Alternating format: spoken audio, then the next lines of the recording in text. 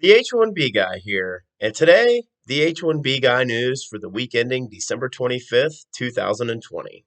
But before we get started, I'd like to ask you, if you haven't already, to please subscribe to the H1B Guy channel here on YouTube. It helps me to produce more content like this for you. I also wanted to mention the H1B Guy offers a variety of consulting services. If I can provide you peace of mind by helping you bridge the gap between your employer and your immigration attorney, please reach out. I'd love to hear how I can help you. Today's news is brought to you by RecruiterNetworks.com, the smart solution for digital perm ads since 2001. In case you missed it on Wednesday, I had the pleasure of hosting Dr. Raj Karnatak on the H1B Guy Live Stamp It Out 7. Please take time, if you haven't already, to hear him educate us on his immigration story, being an H1B MD on the front lines battling this pandemic, vaccines, and more. Now, the news. December 17th, 2020, in an article written by Sam Peake and Jonathan Haggerty for The Bulwark titled Uninstalling Stephen Miller. Quote, how one man's mastery of dark bureaucratic arts made life a living hell for immigrants and refugees. As a senior advisor to the president, Miller used his position to focus on immigration while avoiding the congressional scrutiny to which agency officials are subject. Miller frequently circumvented department heads, opting instead to call lower level staff to implement his orders. Miller was also a master at erecting bureaucratic roadblocks. One particularly effective policy designed to dramatically lower the number of successful immigration petitions was a rule requiring U.S. Citizenship and Immigration Services, USCIS, to reject applications if any spaces are left blank, even when it makes no sense for the applicant to fill out that field. Instead, the applicant must write N/A as the answer for every single non applicable question. Many applications have been declined for reasons that have nothing to do with their eligibility. This is the first and possibly last time I will mention this name here on my channel. As I've alluded to before, this is one person that literally scares me. The damage he has done by undermining hundreds of immigration policies and using semantics to influence reform can't be understated. We're talking about an attempt to perform a complete overhaul without legislative action kind of stuff here. I'll say this, January 20th can't get here soon enough, so we can see this guy pack up and leave Washington, D.C. Good riddance. December 18th, 2020. In an article written by PTI for the Economic Times titled 60 American Lawmakers Urge Biden to Extend Work Authorizations for H1B Visa Holders' Spouses. Quote, a group of 60 U.S. lawmakers has urged President-elect Joe Biden to revoke Trump administration policy and extend the validity of work authorization documents for those possessing H-1B visas, with majority being high-skilled Indian women. This rule presented an important step towards rectifying gender disparities in our immigration system, as around 95% of H4 visa holders who have secured work authorization are women, they wrote. These women on H4 visas work in a variety of fields like essential healthcare workers, including research and development roles at pharmaceutical companies. These women play tremendously important roles as we continue to battle the COVID-19 pandemic, the letter said. As of as of December 2017, USCIS had approved 126,853 applications. Again, 126,853 applications for employment authorization for H4 visa holders. According to a 2018 report by Congressional Research Service, CRS, 93% of approved applications for H4 employment authorization were issued to individuals born in India, and 5% were issued to individuals born in China. I've been an advocate for the H4 EAD here on this channel. As I've said many times, there was a period of time when the quality of H4 EAD candidates was low. Think mid 2015 through most of 2016 for that time frame. But that has all changed over the last 5 years. This is about equality and the opportunity to work and earn for your family. The good news is that President-elect Joe Biden will most likely adopt a very similar policy surrounding the H4 EAD as former President Obama's administration held. I will say this though, the numbers are telling.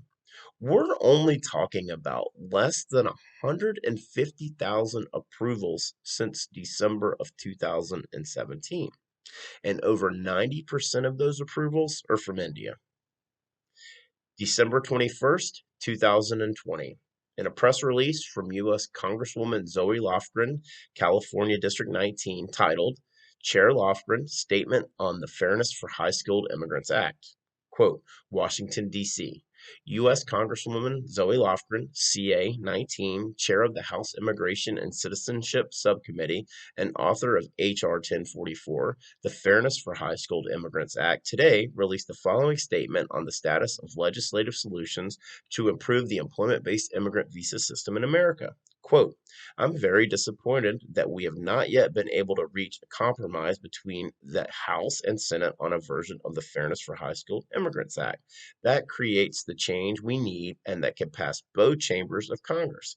But I won't give up hope that ongoing bipartisan, bicameral talks can get us over the finish line in the next Congress. I'll keep trying.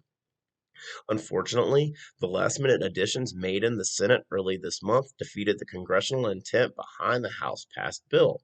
The Senate additions would create more backlogs instead of clearing backlogs, which was the very point of the House bill. To be clear, my effort at streamlining the system was aimed at people currently working in the United States, approved for work visas after their employers advertised and found no Americans to fill the job, and who now wait sometimes for decades for their visa numbers to finally arrive. I have been working for more than 12 years to end the per country limits. There is simply no reason that 25 countries of Europe, with a total population of 200 million, should be allocated 3 times more green cards than 7 countries in the Indian subcontinent with roughly 1.7 billion inhabitants. Allocating green cards by country of birth is a relic of the past that never made any sense, and it makes even less sense in the modern business world. Members of Congress must work together to get this right. So please listen to me here. Rep. Lofgren has been a champion of this cause, and as she said, she's going to keep trying. Verbally assaulting her on Twitter because HR 1044 has all but died in the 116th session is only going to make matters worse. There's 2 sentences in her statement that are very telling of what's to come. First, quote, the Senate additions would create more backlogs instead of clearing backlogs, which was the very point of the House bill. And second, quote, allocating green cards by country of birth is a relic of the past that never made any sense, and it makes even less sense in the modern business world. Here's my take. A solution that clears the backlog and doesn't affect the rest of the world and eliminating the country of birth quota for employment-based preferences will eventually be a thing of the past. If that's going to happen, it's going to require bipartisanship from both chambers of Congress to do so. I still believe we will see a new but similar legislation type come out in May or June of 2021. December 23rd, 2020, in an article written by Rajiv S. Khanna for the Economic Times titled, View, Are H1B Programmers Normally Professional? Quote, the U.S. government says there's a difference between the words normally, usually, and typically. The courts disagree. In a case decided by a federal court of appeals on December 16, 2020, the court declined to side with USCIS in its holding that programmers as a profession do not require at least a bachelor's degree. The degree requirement is important because an H-1B visa is available only if the profession of an offered job requires a specific bachelor's degree, for instance, specifically in computer science, not just science. The H-1B employer, Innovo Solutions, Inc., wanted to hire a computer programmer, an Indian citizen who possessed the required degree. They petitioned for an H-1B visa on his behalf. The USCIS denied the position. It held that the profession of programmers is ineligible for H-1B visas because the U.S. Department of Labor data shows only that most computer programmers have a bachelor's degree in computer science or a related subject. Therefore, not all programmers must possess the required degree. In its denial and ensuing court proceedings, the USCIS argued two main points. First, the degree requirement must apply to all programmers. They argued this point, quoting from the language of regulations, that a bachelor's degree is the typical level of education that most computer programmers need. The USCIS concluded that the OOH does not state at least a bachelor's degree or its equivalent in a specific specialty is normally the minimum required. Second, the words typically and normally also usually carry different meanings and connotations. The words of the Court of Appeals best sum up their disdain for the USCIS positions on both arguments. First, the court said normal is not synonymous with always. Second, the words typical and normal are synonymous. From a common sense perspective, it is alarming that an H-1B professional's career and life should depend upon nuances of the English language rather than his or her professional accomplishments. It's even more alarming that to avail itself of the services of a needed programmer, a U.S. employer would have to fight their way through two levels of federal court system.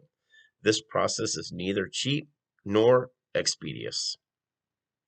I'm really looking forward to a day when this is all completely digital and we can put an end to the semantics of interpretation.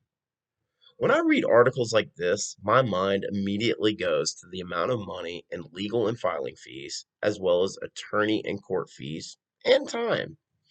Thousands and thousands of dollars for what? To clarify a definition of a word and possible synonyms? Here's a few more: engineer, developer, programmer, coder. Get the point?